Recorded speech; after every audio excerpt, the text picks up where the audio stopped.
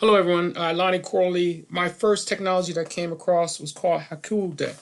Basically, it's a web-based and app-based technology that is free for students and our teachers.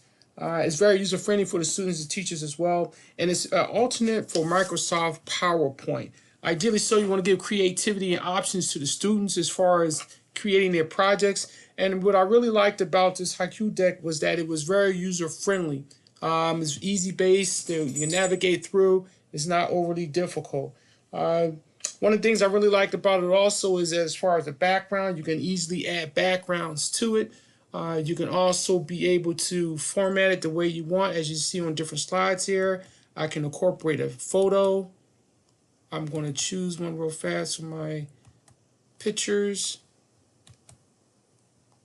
Save it. And it's going to give me a background with photos that I like as far as developing my presentations. As you can see, it's on the screen right now. Additionally, I like the ability to be able to share and save, download, and also just be able to create different slides if I need to AEP 800, AEP 800. I can just be creative with everything that I'm doing based on this different option to create PowerPoints.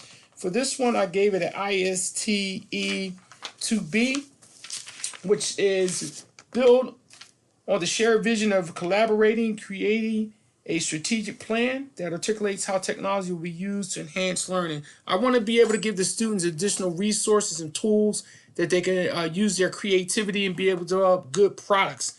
I look forward to using this in my classroom for the second semester. I think it's going to be a great option for students and also easily available for me to be able to grade and assess and coach and mentor the students as far as what their activity is going to be. All right, thank you very much. Appreciate your time.